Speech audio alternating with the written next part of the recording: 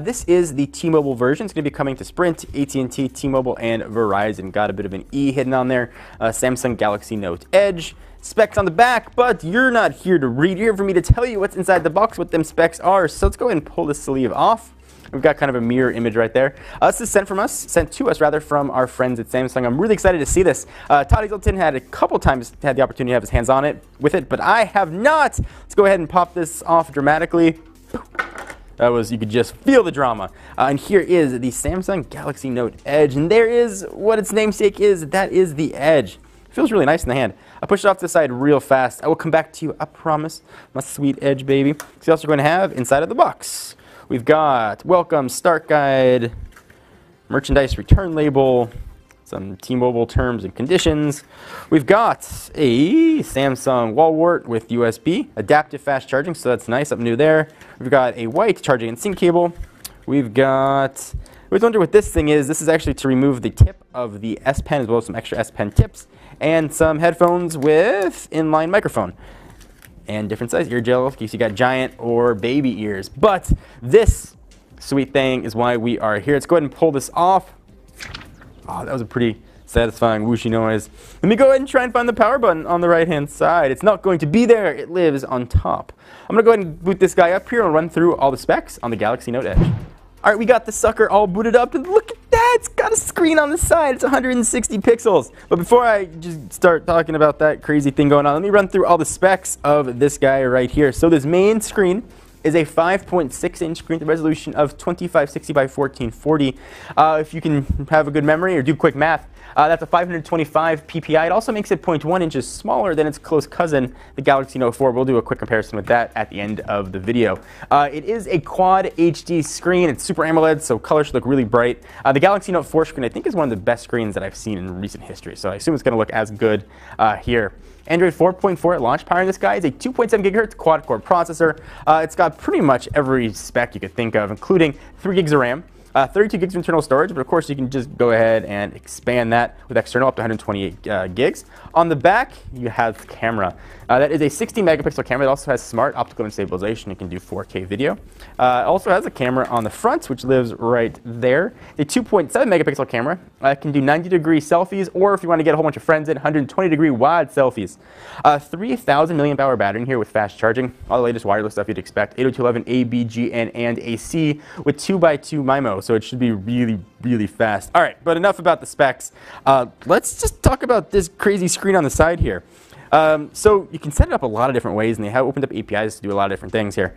So maybe I'll just turn it a little bit to get a better angle so you can see what this thing does. So it is a curved screen, which is really neat.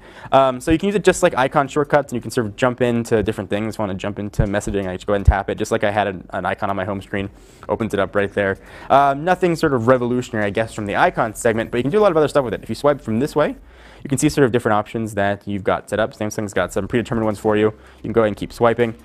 You've got some weather, some T-Mobile stuff, and text messages. If you go ahead and swipe down from the top, you can jump into some kind of cool stuff here. So let's say you want to see how big something is. Hey, go ahead and make that a ruler. Let's say you want to set it as a stopwatch. You can go ahead and do that. You can do all kinds of cool little things here with it that Samsung kind of is built right in, which I think is really neat. One of my favorites, though, is probably the alarm functionality. You can use it just as an alarm clock and just have that part on at night. It's pretty neat. If you swipe up the other direction, that's where you're going to get access to the settings. You go ahead and hit that little gear icon.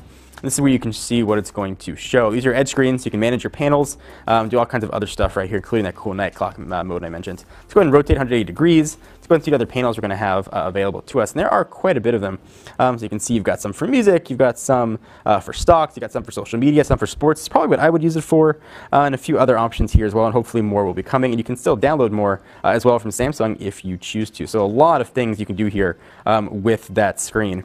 I'm not sure yet if it's going to be sort of useful or just kind of a cool novelty to have. I will say, though, while the curved screen is very cool, you do have to make a few sacrifices to have sort of that nice novelty. First, you do not have the power button on the right-hand side. It now lives on top, which is kind of hard to reach with a 5.6-inch screen. Also, it can make holding it a bit awkward. You might accidentally hit or touch one of those icons or start scrolling. So you have to be a little bit more aware of that as you use the device. Let's do a sort of rest of the tour here. You've got that one main home button down at the bottom.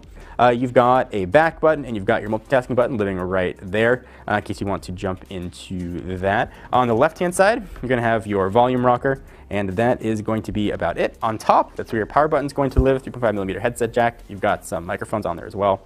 On the bottom, that's where your charge and sync port live, as well as the S Pen. The back is, of course, removable. It's that same sort of soft touch, almost fake leather that we've seen on the Note 4, which I really liked. It has definitely a premium look to it. I kind of dig what the top looks like with that cool angle. I give Samsung a ton of credit for trying something new here. Whether you want this or don't want this, sort of, they left it up to you. If it's not something that you want, they offer the Galaxy Note 4. It's almost an identical device, save for that screen. But they're trying something new. And I really have to sort of applaud Samsung for trying to bring new technology to the market.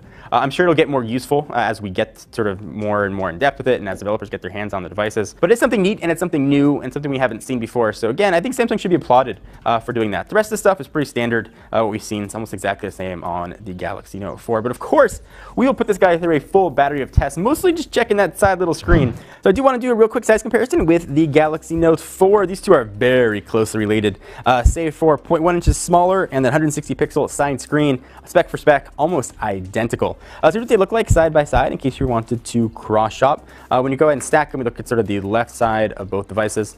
Very similar story there on each. On the right hand side though, things a little bit different. Don't have a power and lock button here on the edge, but we do have the 160 pixel screen. On the top, power and lock button on the edge, but certainly they look almost identical. And same thickness that we've got on both. So in case you want to figure out which device is right for you, go to the store. It's going to be available on all 4 major US carriers. Pick one up and see if you can pick the right one that is going to be for you. Till next time, I'm John Ranger from TechnoBuffalo. Of course, check us out at technobuffalo.com for the latest and greatest tech news. And I'll see you guys in the next video. Bye-bye. Thank you guys for watching. Hope you enjoyed. We are people just like you who love technology. If you want to keep up on the latest from the world of consumer electronics, hit the big subscription button right down below. If you want to see us play games, although admittedly sometimes very poorly, check out our Twitch channel at twitch.tv/technobuffalo.